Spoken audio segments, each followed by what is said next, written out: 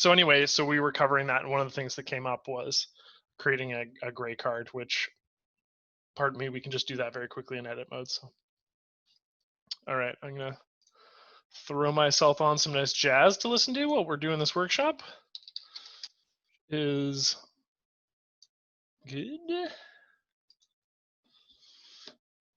And just out of curiosity, like I said, this one's going to be, oh, there we go. Okay, so Patricia said, I have started Alex's portrait course. It is wonderful. He is so easy to follow. Man, Patricia, thank you so much for the the glowing review. You're hired. That's awesome.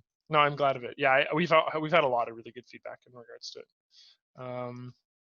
People are excited about it, and actually, I want to go through it as well because, you know, I'm not a photographer. I'm actually a graphic designer, and I use ACDSee as a basically like a photographic art tool, but I don't really use it as so much for its photograph for just as a photographer for purposes of that. So I've been kind of wanting to, you know, stretch my wings a little bit and play a little bit more with the functions and learn a little bit more about actually just what it looks like to be a photographer. So that's something that would be worth checking out and trying for myself. That's nice. Some Duke Jordan to listen to while we're doing this. So we'll be starting about 3 minutes here, friends. There we go. So this is going to be a bit of a shorter workshop just because we're just covering the last of those things that were new to the software. So I really encourage just any questions. We'll cover questions at the end or throughout if they pertain to what we're talking about. But yeah, just this is a great opportunity to just ask a bunch of questions. Crystal says, I also signed up for his course. It is great. Learned a lot. I've already used it for some headshots. Really? You've already used it? That was like, came out last week. That's great. That's awesome that you've already had a chance to use it. Crystal, what did you use it for? Just out of curiosity. Sound off in the comments. Like, what were you editing? What did you fix? That's so cool. Yeah, like I said, I'd like to use it myself, you know. Alex really a really good presenter, and he has a ton of history with ACDSee. One of the things I'd like to do though is I'd like to get somebody who would be good as like kind of a beginner to sort of walk people through the process of learning how to use like how to be a better photographer, but also using a post-processing software to do so, which would be kind of neat. That's yeah, you'd almost want someone who's just started out as a photographer and to sort of just like utilize their skills as they learn how to do it. Yeah, but that'd be kind of cool, I think, anyway.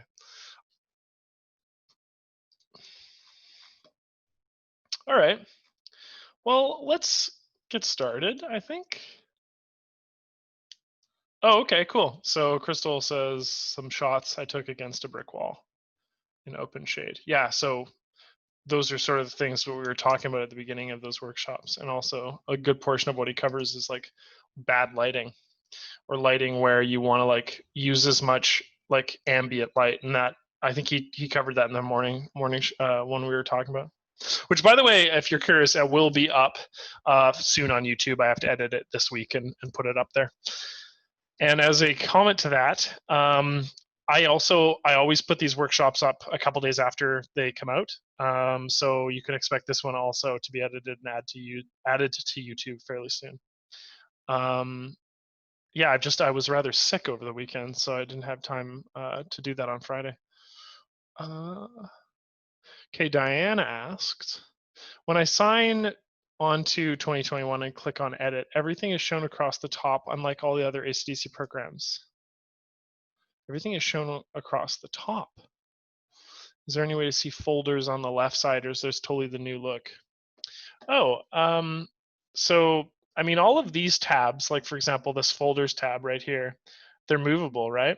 So if you take the actual folder structure, you can just apply it anywhere that you want within your UI.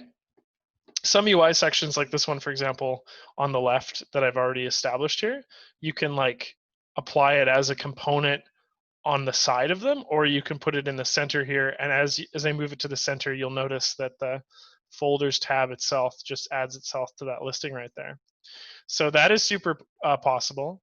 One of the things I would also suggest is you can, for some reason, your workspace might not be default. I don't know why that would be, but you can essentially restore your workspace to its default values by clicking up on workspaces and just click this default button here. And then you can also create your own workspaces, basically saving them by clicking the Manage Workspaces up at the top here as well.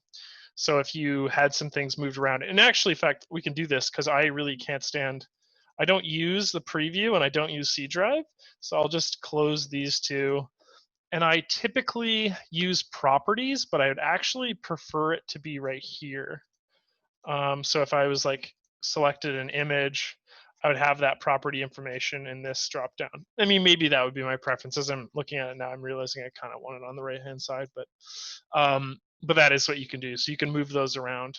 So we can have your folder structure here, and maybe perhaps you actually use cataloging a lot. So maybe I'll actually just throw cataloging on the bottom and run folders. Like these are the two most common used for me. I rarely use calendar or shortcuts.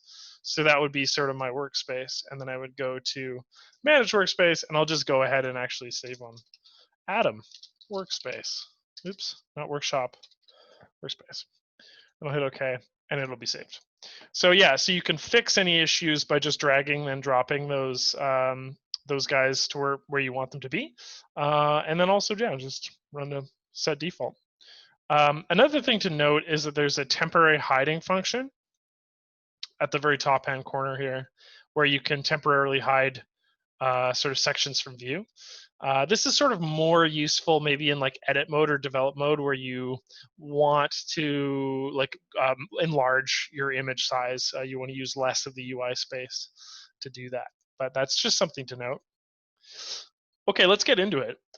So one of the questions that I got from the workshop in the previous week was how you create a gray card for photo editing, and we can cover this really quickly before we start talking about some of the new features that we weren't able to cover in our previous What's New from 2020 video. So the way you can create a gray card in ACDSee is super simple. I'm actually straight up going to just go to File, New. I'm going to create a new image. And yeah, we can create an image that's 600 by 800. That's fine. And I will leave it at 300 DPI. So all these settings are fine. The size of the card doesn't really matter because it's really just like a reference material for you. This would be something that if you're working in edit mode, you could just import onto a file to verify the colors. But anyway, I'm going to be okay with this. These look fine. So we'll just go with this, and we'll name it. Let's actually just name it gray card. So I'll do that and hit OK. And so that's going to do is it's going to bring up this ACDSee file, and we're just going to fill this file using the color picker. So what we want to do is we want to be able to create like a true gray, which is in between, in this case, white values and black values. So what I'm going to do is, like I said, I'm just going to click that color picker, and I'm going to go to custom. And we're going to add, or we're going to tweak some of these values. So the value I want to change in this case is going to be saturation. The first thing I'm going to do though is I'm actually just going to drag this all the way to the black end of the spectrum, or actually we could pull it to the white end of the spectrum. And if we hit brightness and we set this value, let's see how many increments there are. So there's 255. So 255 values of black here. I guess in this case, black is represented with 0, 0 being no light in this case, and then with white being represented by 255. So 255 units of light. And as you can see, if I increase this value, the red is listed as 255. The green and the blue are all listed as 255 because white to the human eye is a fully saturated of all of these three colors, or rather fully bright variation of all these three colors. But we want to get the middle to this brightness. So we're going to just drag this to the center here. And 255, I'm not great at math, so I'm just going to quickly do this.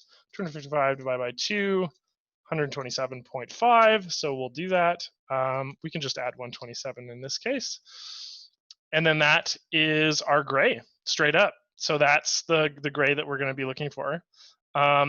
If we adjust the saturation, you'll see that the color values will go up, so become blue. So we want to stay with, in this case, the hue that we've chosen doesn't matter because we're operating with, in this case, no saturation. So a fully even gray is just zero saturation. The hue doesn't matter because again, we have no saturation in that color. We just want a perfect even mixture between black and white. I'll hit OK, and I'm just going to fill this, and that's our gray card. So I can go File, Save As. I'm going to, or rather, this is already, I believe, an ACDSee file. So we'll just save it. And then when I'm in my next image, so if I go to a different image, for example, I could just go to, this image right here, and I'm in edit mode. This doesn't work for develop mode, but it does work for edit mode. I can just go in and I can add a file as a layer. And so we'll add, we want to go back to our pictures folder, and we're going to add our gray card, which is right here. And that'll be added, and that's how you will reference whether or not your colors in this case are that close to that gray value. I'll just commit this file, but you can move it around or hide it from view as you see fit. Again, I'll supply like an actual gray card tutorial on YouTube so people can watch that, but just as a quick sort of how to do that yourself, it's very simple. Okay. Let's actually talk about the new features then. Got a couple questions. Anonymous. Hi, Adam. I have Microsoft Edge, has my web browser. Okay. ACDSee 2021 compatible? Yes. Will there be a problem downloading ACDSee 2020? No. All right. Answered. When I sign on to 2021 and click on edit, everything is shown. Oh, yes, we already covered that. Cool. Okay. So the text tools. So one of the biggest changes to the text tools in ACDSee is that the text tool now contains like you have like a bracketing point, as in essence a bounding box around the text tool. So previously the text tool, how it worked was you would spot add, like in essence you'd click on the part of your part of your image that you wanted to add text. And it would give you this little dynamic box that you could go in and you could add text. So if we wanted to do rainforest or something like that to this, it just increases the size of the box. And so this is fine, but it doesn't enable you to add like complex paragraph structures, which we can absolutely do with the new frame section. So if I wanted to add, even if I wanted to do something a little bit fun, like if I wanted to have like, I know if I had some form of like slideshow or some sort of series that I wanted to create, maybe I would create something like, okay, well, I like this image, but I want to put text over it, so I need more contrast. So what I'm going to do here is I'm going to take my little layer 1. First of all, I'm going to adjust the curves, right? So I'll just drag these curves slightly down and bring up those slightly. I just want to get a little bit more depth out of them. And then I'm going to also go ahead and add a blank layer. And I'm just going to add, let's say, select a color from one of these nice sage colors. And I'm going to go in and I'm just going to plop that on there. So I use the color picker to select a sage using the select button here. And I'm just going to use the fill tool to click on our empty layer and fill it. And then what I could do is I could run like a nice multiplication layer. And again, this would be the part of our image that would contain maybe like a title card or something like that for our image. And since we can actually work within the context of our image, we have way more contrast. So I could take this rainforest layer, which is non-destructive, and I could go, okay, well, I'm going to click that, and I'm going to go to the move tool, place it in the center, and that's great. But I actually want to add like a line, a paragraph, like a section of text. So let's add like another text tool, for example. I'll just click once again. And instead of dynamic, we're going to actually use a frame. So I'm going to click on the drop-down button here, and I'll click frame. And then I can expand this section, and we can now add like a paragraph text. So let's do that. I'm just going to go get some lorem ipsum really quickly, so we can fill this. For those of you who aren't familiar with the concept of lorem ipsum, it's a lorem ipsum is like a Latin, like a faux Latin generator. This is used to like for basically for every book mock-up you've ever seen in your life. So when they're actually in the production phase of the actual book, that's what they use. So I would go in and I would just copy and paste some text in this case. Maybe you've already prepared something, and we're just going to adjust the size of the text so that it would be legible, but it's also, you know, a paragraph structure that we can actually use. 60 is probably good. I'm going to change this font because this font isn't really conducive for a paragraph. It's more conducive for something like a heading. So we'll just go with, let's see, something serify. This is like actually what I do. Let's go crimson text. That's fine. That's actually nice. I'm going to increase the size. Let's go 70. Yeah, that's probably better. A little bit easier to read. And then I'll go through and I'll just remove a section because we don't need that much. And so this allows us to extend the boundary box as we see fit. And then we can sort of increase or rotate this according to what we want to see.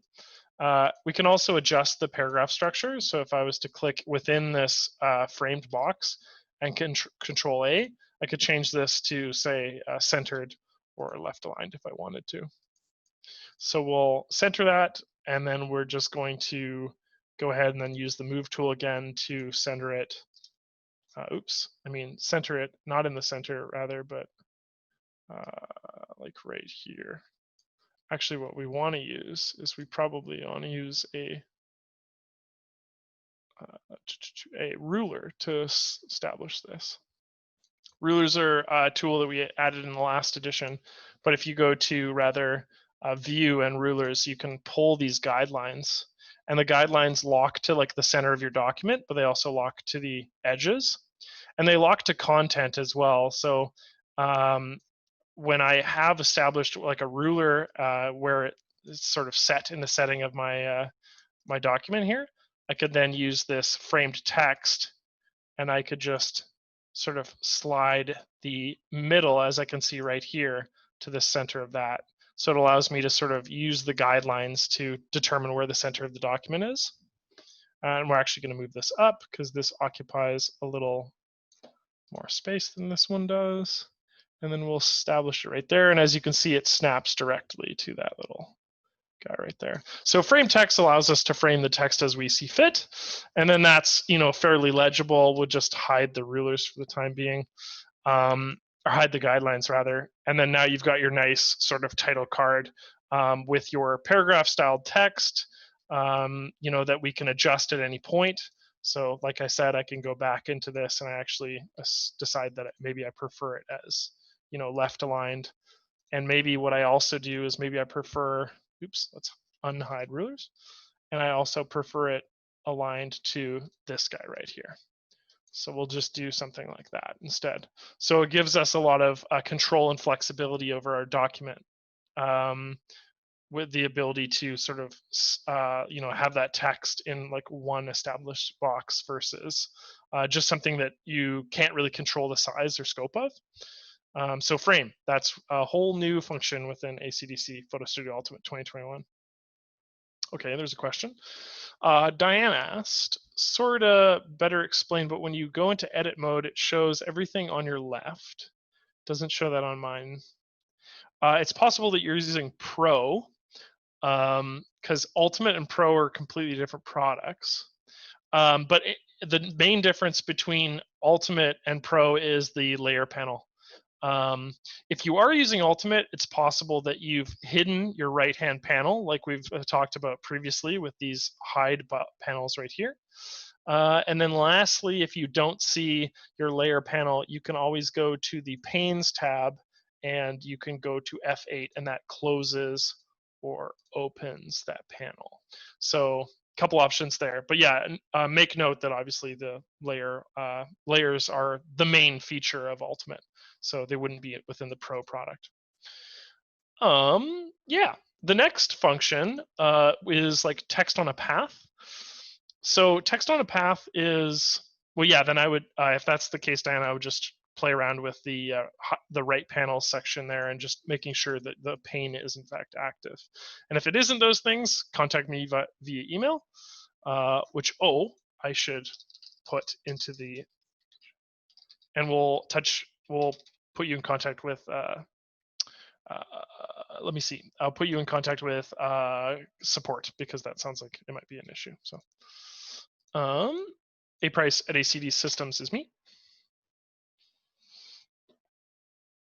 Okay, great. I'm glad that it worked for you. Sweet. So the next function that we're going to talk about is text on a path.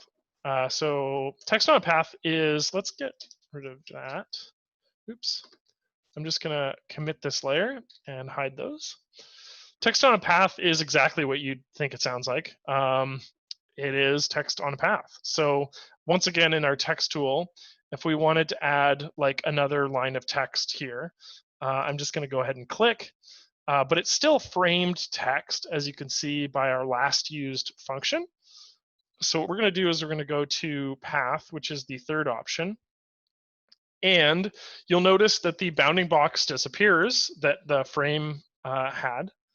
And then the path gives you these little lines here with these 3 dots that exist underneath it. So what I'm going to do is let's pull one of these lines very far to the right-hand side. And you'll see that my text moves in this kind of weird way, with the text being like, in this case, the T is set to the bottom. And this is all a process of sort of figuring out what happens when we move these text nodes. So there's 3 text nodes. We can add more, and we can also remove text nodes. But as you can see, after I've pulled my first node way over to the right here, I have the ability to edit where my second text node is. And this sort of allows us to play with the movement of text within our document. And as you can see, as I lower it, it curves our text. And as I rise, it gives us our text an arc. So we have a lot of control here.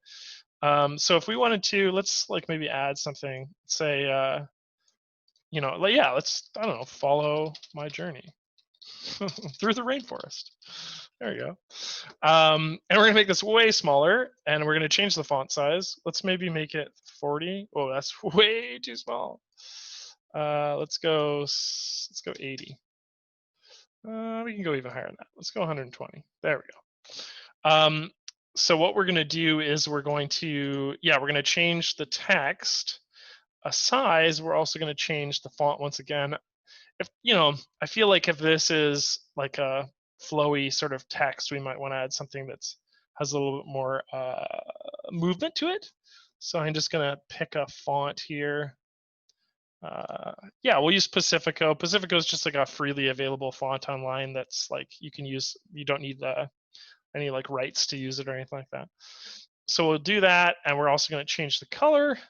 So I'll go over to the picker up here, and we'll change it. We'll use the select tool, and I don't know, we'll pick like a bright green or something like that. Hit OK. Cool. Okay. And then let's sort of figure out where this goes. So the first thing I'm going to do is I'm going to use the center node here. If you can see, as I move further away from the center node itself, there pops up this sort of like the general move tool, and that allows me to move the whole unit versus moving the actual node itself. So there's a slight differentiation in this case between the node and then that move function. And then what I guess more importantly, what I'll do is I'll sort of place it at the sort of end of my paragraph structure, and then let's sort of figure out a way that this looks good. I like something like that. We can move this guy inward too, where it has a bit of movement to it, but it's not overwhelming. And then so again, like I said, this would be something you'd be sharing at the as like some form of slideshow or some form of like title card to a video that you're producing or something. And this is the first of that video. And actually, maybe I want more contrast than this green is allowing me. So maybe what I'll do is I'll go into something like a yellow over here, like a bright greeny yellow. And then we'll go to custom. And what we're gonna do is so this is our green. We're gonna increase the saturation slightly, and we're gonna probably increase the brightness as well. And then that's gonna give us like a much more notable green. So another thing, you'll notice that I've got a couple nodes here. If I just click on my my line itself, that little black line that exists where the nodes lie, that enables me to add more and more of these sort of lines here, or these control nodes. Be careful with this because too many is going to make it look very silly. And then when you can remove them by right-clicking on the actual node itself. So I can go through and I can remove any that I don't think sort of suit the composition. And I think I should be able to even delete the last one there. So that's good. I'm going to sort of find a center one here. Let's find a point that we can kind of move it from. And then you could sort of like add it to the end of your structure here. And then I'll do that. I want it to appear straight-ish so that I can add it like kind of right here. That sort of provides a bit of sort of visual composition towards what is actually being said in this case. And then when I'm done, I'm just going to click the move tool, and I'll just commit that. And that sort of adds it to the end, where again, I can go in and I can actually use the move tool at any point to just move this as a unit itself. So the move tool being located up at the top here. So I can change the location of it using the move tool. Or alternatively, once again, I could just use the text tool itself, clicking text, click within the confines of it, and then I could use this again like that. And then so all of these things are non-destructive, so I can go in and I'm able to edit this at any point if I also want. And saving this file as an ACDSee file, once again, allows me to come back to these things months later and edit them as well. So if I decided that I actually liked, a different color here, maybe like a off green or something like that, then that fits. And I can go in and I'll just go ahead and save this as an ACDSee file. I'll save it in this folder that I had here, and I'll just call it mountain with text. Yeah, sure. Save it as an ACDSee file and navigate away to manage mode. And then that file is editable in the future if I need to edit it. So that's sort of like a brief kind of look at text tools and text on a path. Maybe one thing I'll show you before we start talking about cropping with actions and watermarking with actions is just really quick. A lot of people don't know this, but ACDSee actually does enable you to edit Go profiles now. So Go profiles are just a camera model in this case. But this was much requested because GoPros are honestly one of the most used cameras in the world. But now we can go ahead and edit those files using ACDSee. You'll notice that the Go profile itself has a little icon just in the top right-hand corner. And then, I can just pull these into edit mode at any point. GoPros naturally have a bit of a curvature to them because their cameras are almost fish-like or have that fishbowl appearance. But here's just a standard Go profile. Yeah. So that's completely editable now, where previously it wasn't. Is there any questions in regards to maybe like the text tools or how they operate before I go on to talk about cropping with actions and watermarking? Again, this workshop is going to be a bit shorter, so if you have any questions at all, like please ask them. We have more than enough time to cover those things. So I'll just enjoy my nice tea. Okay, well, let's go on it. And like I said, if you have a question, just ask it, and I'll get to it in the as we go through. Just after the workshop with Alec on Thursday, I unfortunately got a bit sick. So it's Canadian Thanksgiving was on Monday yesterday. So unfortunately, I missed the whole thing. I just was so sick over the whole weekend. But I'm feeling better now, and yeah, and obviously, because of COVID, everything's isolated, so I'm at home isolating. So cropping with actions and watermarking. So in essence, the crop tool and the watermark tool were both um, they were adjusted. There was some issues in the past with those tools. Let's bring up a folder. I think I've got a good folder in here for a variety of different. Yeah, we'll use this guy. Actually, will we? Yeah, we could use this folder. This works. There's a lot of stuff in here. But so I'll just open up edit one of these images in edit mode here, and we'll have a look at the way that this used to work and the way it works now. So I've just pulled up an image in edit mode, and we'll go into the watermark tool. So we have something called like positioning now within ACDSee Photo Studio Ultimate 2021, where this didn't exist previously. And it's very powerful, and it's very important actually, because especially when it relates to batch development, and the way that we're going to be illustrating that today is with actions.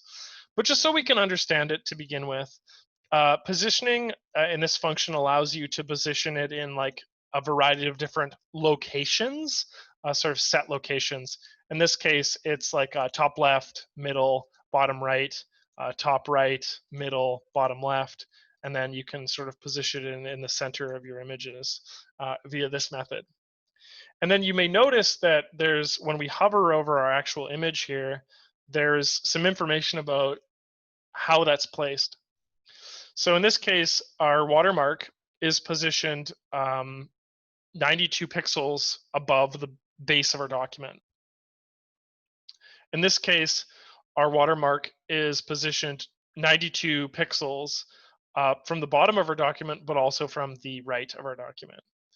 In the case of the top left anchoring, it's now 92 pixels, but it's from the top and from the left. And so we have these horizontal and vertical values that allow for you to better place these watermarks. And how this works with batch development, or in this case with actions, is we can create an action of us like placing where we think a watermark would look good on our composition. We can then save a preset of that, and then we can play it back, and no matter what the size of our image looks like, it'll be placed approximately according to those values. So it like searches for the top corner of your document and then places it within a similar pixel range. When I say similar, it's because these pixel values also sort of incorporate percentages. And I'm not the developer here, but I just want to be transparent about the fact that it is pixels, but it's also sort of like looking for an absolute position with percentages as well. So it sort of uses both. But the way we've chosen to present it is with pixels in this case. I'm just going to click cancel and get out of this image so we can actually start a recording. And I'll show you what I mean. So we have our image here, and it's done. It's finished. We're happy with it. We want to, utilize this in some method, and we're showing it on our blog, or we're showing it on our website, or something like that. And we need to watermark our image so that people are not going to, utilize it for nefarious means. So what I'm going to do is I'm going to go to the Actions browser, and I've already created one just called Watermark down here. But you can create a new category for exactly this function. So say you have maybe several clients or something like that. Your intent is to watermark those for a client or something. You could go through and you could add your own category. In this case, watermark for myself, but you could say like watermark for, Susan's photography company or something like that. Create its own category so that when you're going through these steps, that we know that that's what we're creating it for. When we have this action category, just out of curiosity of people attending, how many people are familiar with the way that the Actions browser works and how actions work in general? Maybe just fire a comment in chat or Q&A, however you want. I just want to get a feel for how familiar people are with the Actions browser and with Actions.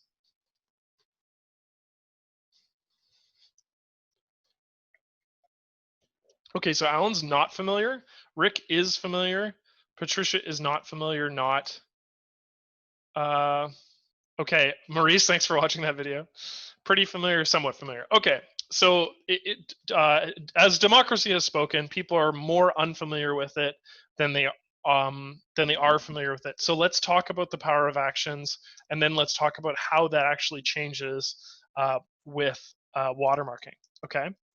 So let's just do a quick rundown on how Actions work. I don't know how many people are new users to ACDSee that maybe are not familiar with Actions, but Actions are the single, well, other than like batch development, I think are the second most powerful tool in ACDSee, and they're ridiculously simple to use. So I'm just going to say, I'm going to time out for a second here. We're going to keep talking about watermarks in a sec. I just want to get people familiar with the concept of Actions first. So let's just put a pin on creating this, and let's first talk about Actions here. So an action is a self-made recording, okay? So when I edit this image, I can record those changes so that I can play those changes on other images. Why is that useful, Adam? Okay, so if you take a ton of photos in the same environment, right? So you're like a wedding photographer and all of those shots have similar lighting values.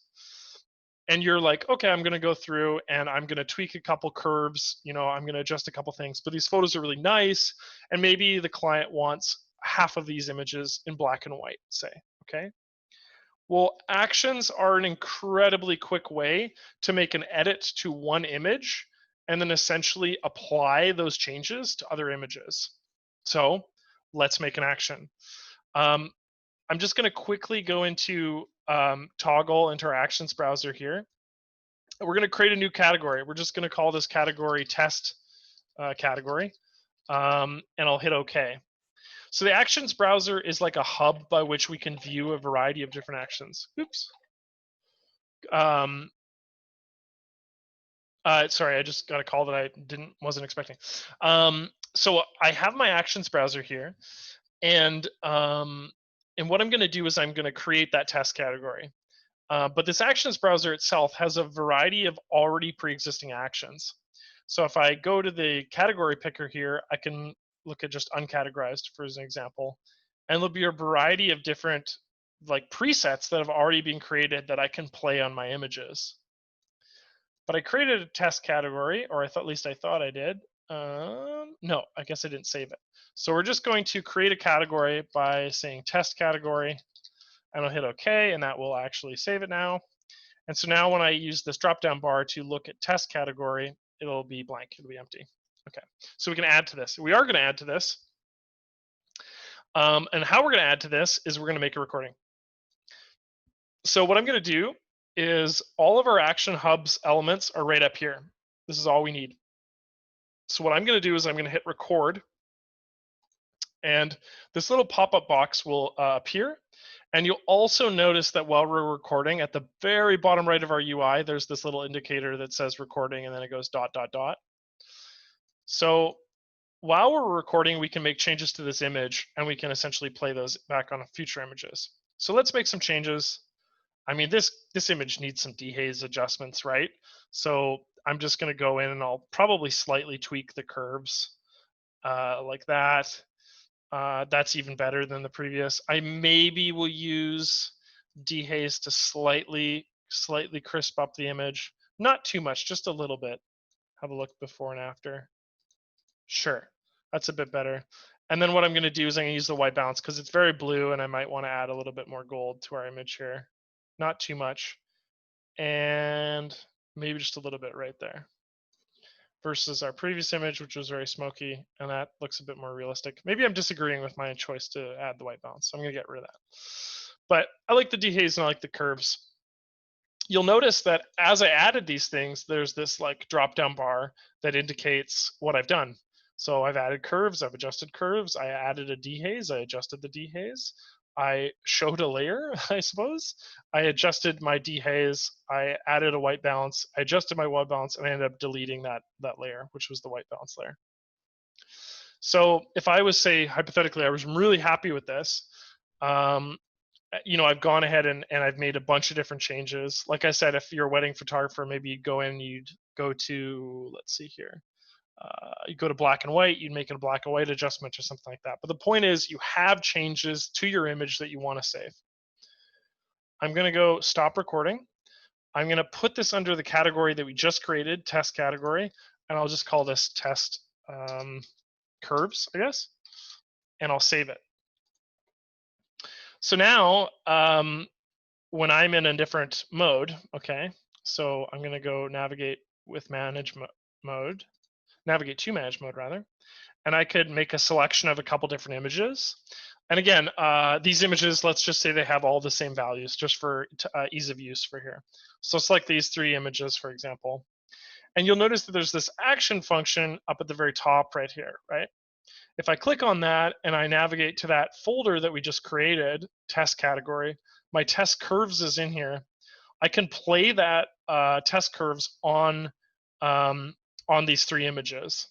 You'll also notice that there's an options box, and if I click on options, it'll enable us to basically change the way that this information is going to be saved. So these are JPEGs, but we could change it in a different file format. We could overwrite it. We're not going to do that. We're just going to rename it. But you could do a variety of different options with that.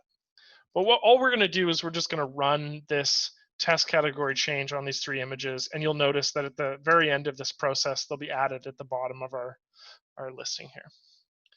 And so these 3 images are now essentially those images that we just looked at, but we ran that action, in this case, the action of that test curves action on these 3 images. So like I said, this is a crazy powerful change because it enables you to make like very swift adjustments to an entire document of files versus having to go in individually and make those adjustments, okay? Richard asked, once created, is there a way to go back and edit, modify an action? I don't think so, but let's have a look at that because we have to go back into that image anyway. So I'm gonna delete these, I don't need them. But let's go back into edit. And if we'll go to the actions browser and we'll have a look at test category. So in test category, we have test curves, and then we have an ability to look at the steps involved. So I can see that add curves, adjust curves, add dehaze, and then all these things. And then at the very end, I deleted my white balance layer. I can see this. And I guess to answer your question, Richard, you can't modify this exact file, but what you can do, I don't think so at least, let's see, rename, and then, yeah. But what you can do is you can use the steps involved to essentially recreate one that you like better. Because it lists, like I said, it shows you a preview of what that would look like when you play it on the image, but then it also shows you the steps involved to what was involved in creating that, Another thing is, in order to save an action, you don't need to save your final file. You'll notice that I'm looking at the file that I started with, and I didn't run that curves change on this image. Like actions can be saved completely separate of actually saving the file, if that makes sense. Okay, so with all that said and done, you understand like where the actions browser is, how we to actually create a physical action. Now let's look at that in relation to what changed with watermarking. And to do that, we have to once again go through the process of creating an action. So I'm going to go to my actions browser, and we wanted to add an action to watermark, if I remember correctly. So I'm going to record an action. This time we're going to use a filter. A filter is different from adjustment layers, okay? Because a filter is like a change that it's going to be like a filter in this case is always going to be a destructive change to this image, but it may also interact differently when we go to record an action. So we'll see what it looks like when we're finished. So I clicked on watermark. you'll notice that we're still recording, which is the bottom right-hand corner. So even though we're in a separate mode, we're in a filter mode, we are still recording. So those changes are being made. So we're going to find a location for this. So 200 pixels maybe away from, or no, let's say 300 pixels away from the bottom and from vertical and horizontal. So our little ACDSee image is located 300 pixels away horizontally and 300 pixels away vertically. And we're going to put it in the bottom right-hand corner. And maybe like we can adjust the opacity so that it's slightly more transparent. We'll go up to 75. The next thing I'm going to do, I'm going to actually save a preset because I like this. I'll name it 300 by 300 watermark, say, so that I can use this preset in edit mode again if I wanted to. And then importantly, I also want to maintain my aspect ratio when I'm resizing. I'll hit OK. And I'll go done. Okay, so it does note it and lists it as watermark. It just can't tell you the values associated with that. But that's okay. But that's all we wanted to do here. All we wanted to do is make a quick change to the watermark location because that's all we want to do when we finalize our images. So I'm just going to hit stop now that we're done recording. I'll make sure that I'm adding this to the watermark category. And we're just going to, again, name this 300 by 300 watermark. Okay, and I'll hit save. And that'll save that action, okay, along with that preset. So if I'm just individually in another folder, so let's say I'm in this file or something like that, say, and I go to the watermark, I can go to the presets tab, okay, and I can find 300 by 300. And you'll notice that it's not exactly 300 by 300 in this case. And again, this has to do with the relative positioning of the image. It's doing its best job to find like how close away that file looked like in the previous image. And this must not be based on true pixels, because again, there might be images where your image is crazy thin for some reason, and it interrupts that because it's located too far into the, it's basically not even located on the page, or the image rather. But so this one is 276, so it's not quite 300, but it's very close. And it's doing its best ability to, in this case, guess where this watermark should be located. I could then hit done, and then that watermark would be applied to our image. But I don't need to. I'm just going to discard, move away. What we can do is we can select a couple different images, these three, for example, go up to our actions folder here under the watermark category, and we actually can run this change on all three of these images. So hit play, and it'll run the watermark adjustment on all three of these. Let's have a look.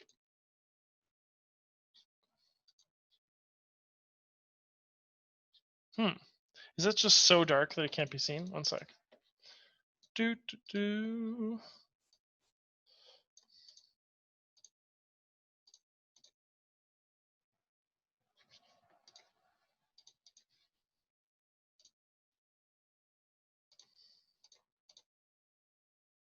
Oh, interesting. Okay. Yeah, it's visible on this file. It's just not visible within the black. I think that has to do with the opacity. Yeah, there it is. Okay, so it is there. It's just like badly represented in this image because of the colors. But as you can see, I can look at this image and I could see that this one with the height and opacity worked a bit better. But the watermarking is present on that image. And it's located approximately 300 pixels and approximately from the vertically and from horizontally. So that change enables you to quickly go through and adjust all of those values very, very swiftly. Let's just have a look in comparison. I'll just take this one and we'll take this one and we'll go, I want to compare these images. Compare images. Yeah, so the watermark appears here in relation to the image. So again, approximately 300 and 300 from the top. So that enables you to go through and essentially add that watermark to a variety of images. I was adding a watermark that had a transparency, so it shows up kind of differently in some images, but you're probably adding a watermark that isn't a transparency, it's probably fully transparent. Or alternatively, I just need to be mindful about where I'm placing that watermark. Because if I'm replacing a watermark that has a transparency on black, then it's going to disappear. It's not going to look like anything. So I might want to, if I know that there's going to be some blacks present in the bottom of my image, maybe I want to locate my watermark on the top right hand corner.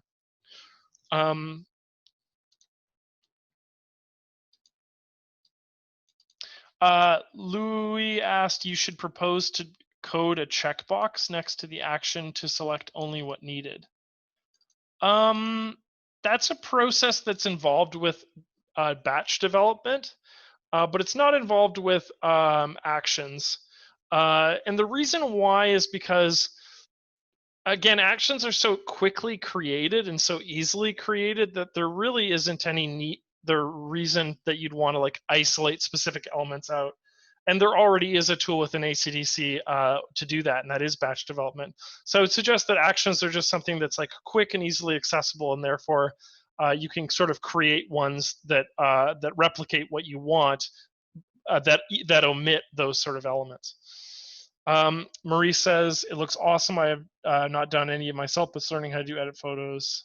Yeah, so again, actions are a really powerful tool, and it's still one that I ask whether or not people know if it exists, because it's, a lot of people are unfamiliar with it. Okay, so let's go into a different folder. I'm going to delete all these files I added this watermark to, and I'm going to show you guys the same function, okay? We just covered watermarking, but we're going to talk about cropping with actions. So how to crop an image and how to replicate that crop over a variety of different images. So I'll go into this guy, I guess. Sure. Okay. I'll just take an image here. We'll take, let's say, you. And what we're going to do is we're once again going to turn on actions, because we're going to go into the crop function, and we'll talk about that. Cool. I don't need to look at that. I can just actually start an action. So we're recording, great. And I'm going to go to crop. And you can see that my crop boundary appears on our image here. We're going to find a home for it. So this box down to the very bottom here is what was added with ACDSee Photo Studio Ultimate 2021. So enable relative positioning.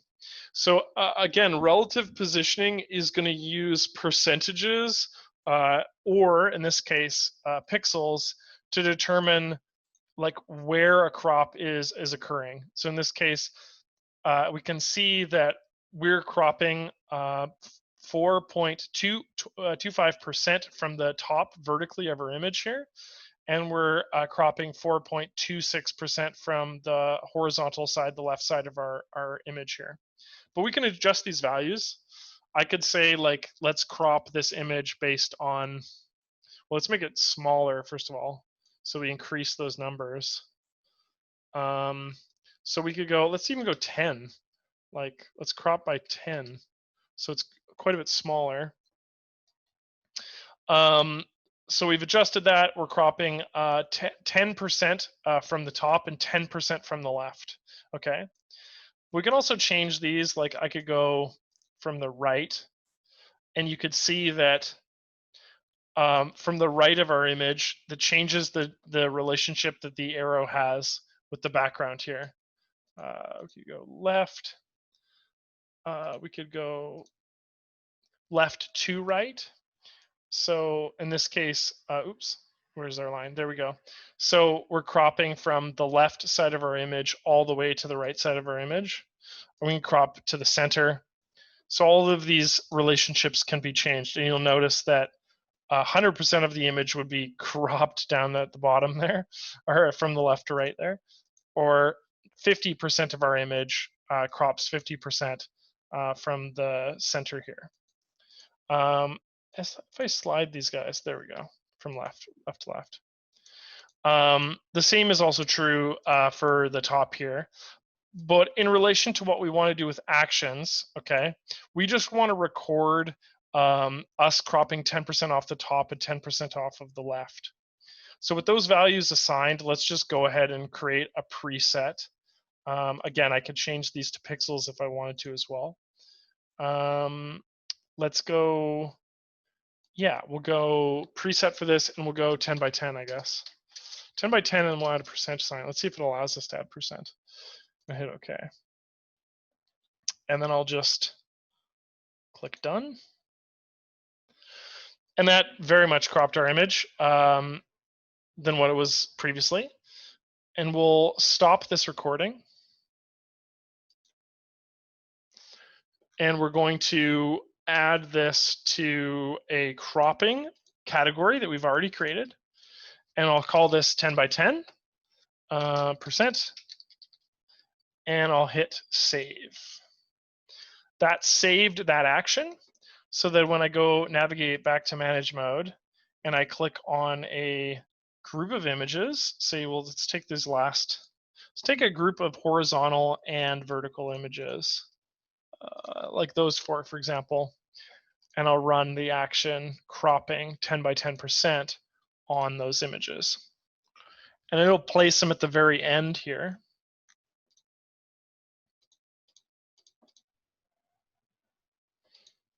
And we can compare those images. So with those cropping complete, I'll just click on these two images and we'll go compare images. And yeah, that's cropped quite a bit. So we have our, I believe what is our new image on the, or sorry, new image on the right and old image on the left. So 10% is cropped off of this. And you can see that on our previous image, that's roughly right here, because we're just not seeing the guy that's right there. And then we've cropped off 10% of the sky at the top there as well.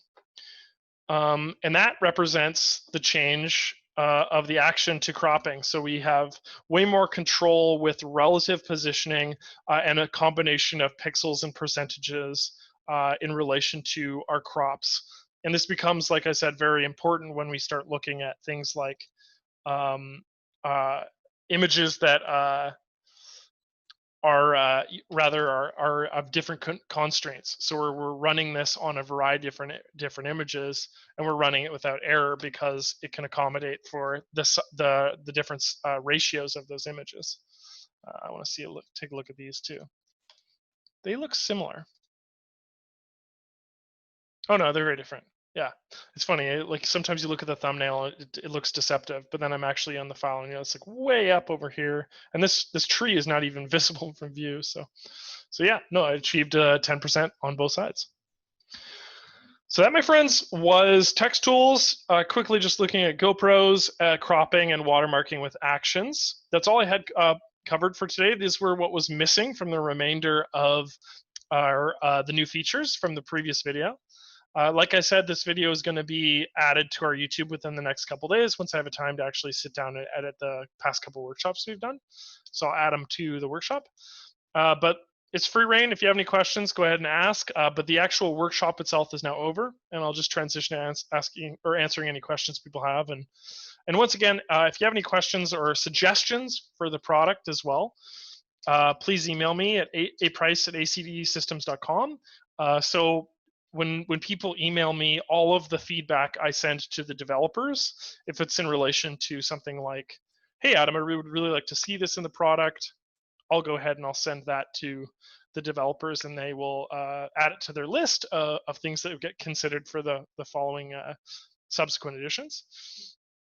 ACDSee is really a small to medium-sized company, so we do take customer like feedback in regards to features and the service itself is very seriously. So those things do get implemented. I get hundreds of emails, so I do try to get to them as soon as I can, but there will be a bit of a delay. And yeah. And then also, if you just have any like issues with the product, like somebody was mentioning earlier, but there's a bug related to the product or something like that, like again, send me an email, I'll forward it to customer care or send it to our QA department, whoever needs to see that. We will, of course, get to that. Yeah, and then finally, I guess, just a reminder that I'll link it once again, but a reminder that Alex's workshop that we did last week, that you can go follow that link that I've provided there, and the course that he created in association with ACDSee and using Ultimate is available on our website, and attendees to the workshop like this one get $5 off by using the promo code, which is PORT101. And that is a course on portraits. Alan, is there a video on general lighting? I have a number of photos with very red tint. Okay, cool. Well, we can talk about that right now, but I will make I can make a workshop or tutorial on that. I'll add it to my list. Oops, don't want to show that. But I can cover that now a little bit, because tinting is something that's possible in ACDSee, adjusting tint. Tint color.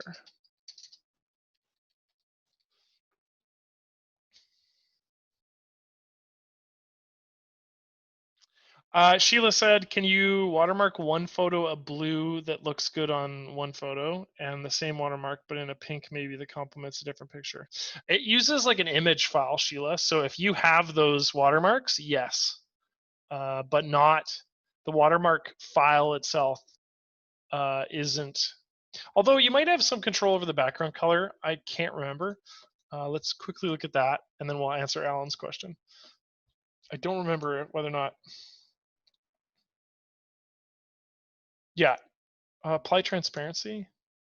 You cannot apply a transparency. So, and then, but it also has the ability to add a color. So you can apply a transparency. In this case, it looks like we're applying pink. What does that mean? I don't think it actually has an application. This is just whether or not it's. Yeah, I think my initial assessment of that was correct. So you can apply it as a transparency, or you can apply it as a like a hard color image.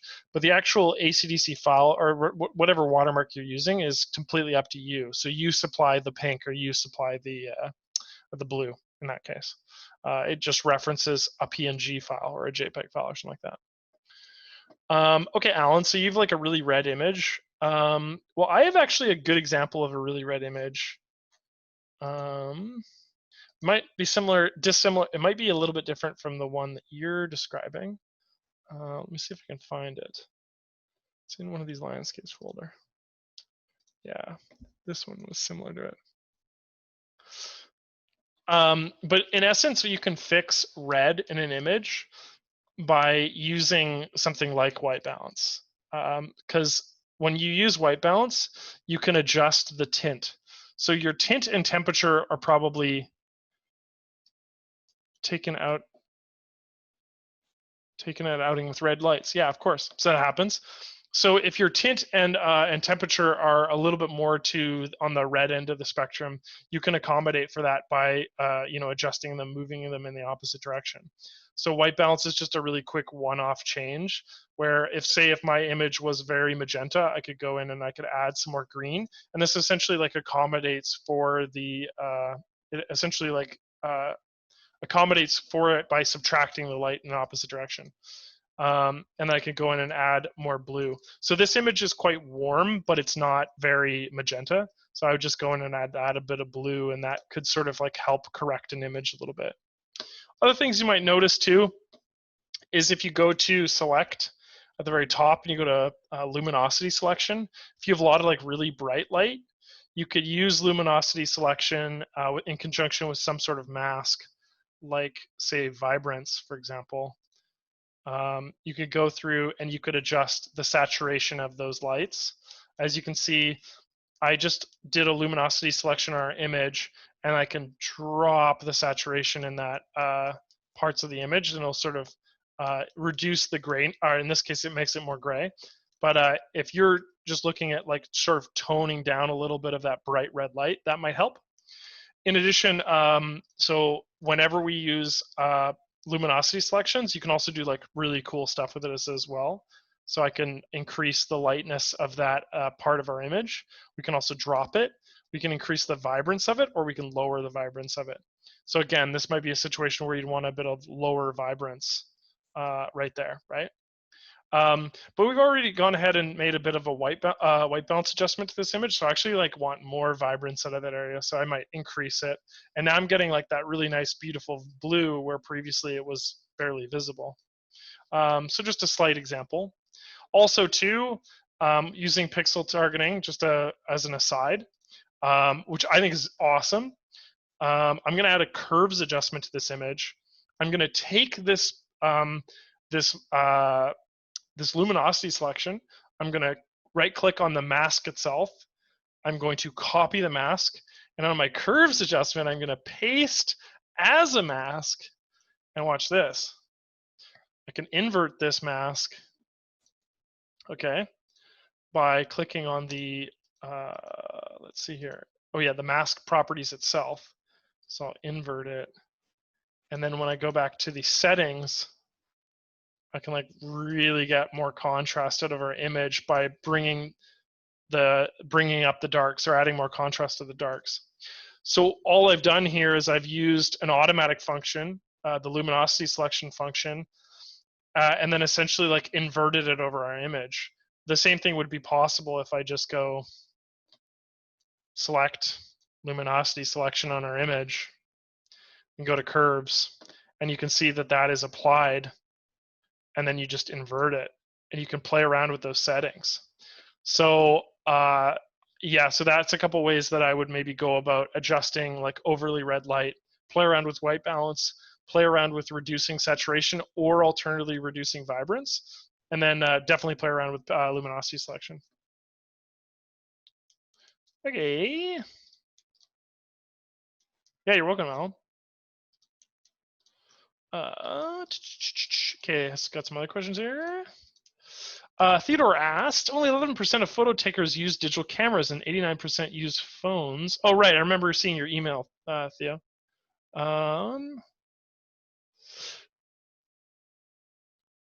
Yeah, this is a more complicated question than that, because we are like creating a software for like amateur to intermediate use, but we do need more content in regards to digital photography, for certain. I don't have the answer to you yet, but I will get back to you in email at some point within the next couple days. But I definitely have seen it, that email, Theo. Richard, general question about view mode. Is there a way to display multiple selected images on the screen? Yeah, I think there is. Let's do that. Or if there isn't, there might be in manage mode. Let me see. Manage mode might not be useful to you, but let me see here. Is there a way to view two images at once? I've always used compare images in manage mode previously to do exactly this. Yeah, my guess is probably not. But if you're looking for another method, I would click on two images and then right click to go to compare images like we were doing earlier. And it brings up this mode, which enables you to like verify the two images. Again, because it's not in view mode, I'm not certain if that's useful to you.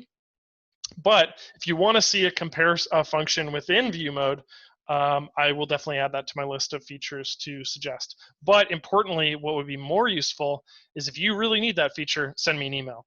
The reason why is because it's going to be way easier to convince developers when I actually have an email to send to them saying, like, hey, this person wants this. Richard, does that answer your question? So in manage mode, try compare images. In view mode, I'm afraid you're out of luck, but we can do something about that for a future edition.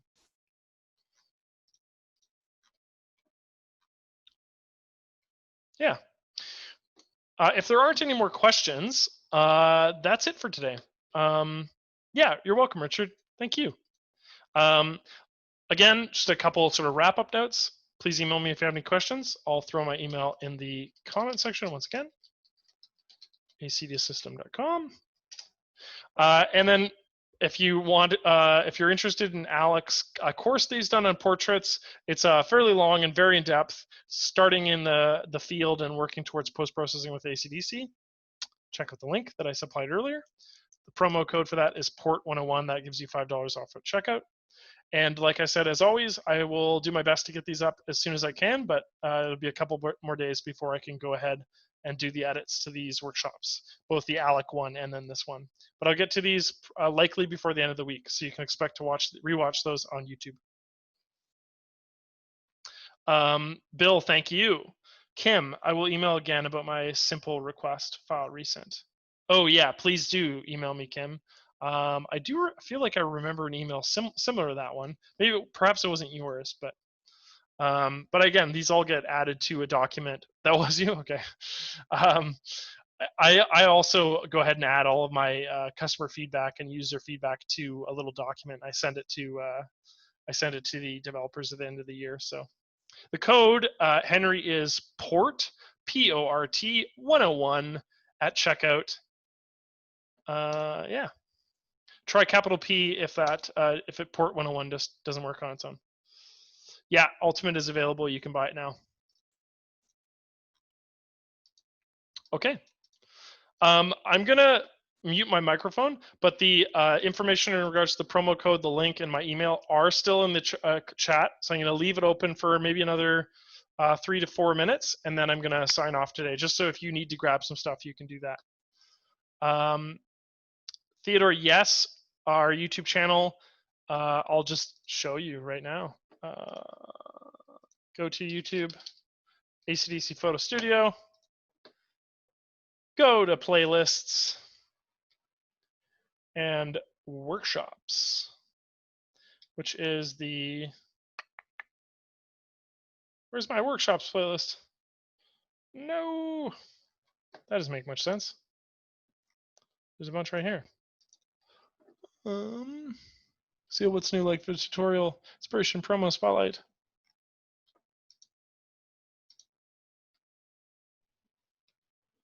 Huh. Oh, there it is, workshop. Boom. And so you go to the playlist there, the workshop, and it's listed in terms of its order of how recent it is.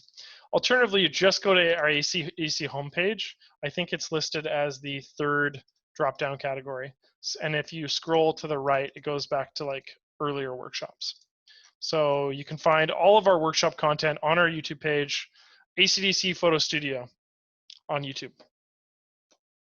Oh, did I miss it? Yeah, thanks, Maurice. Yeah. Antonio, thank you. Awesome.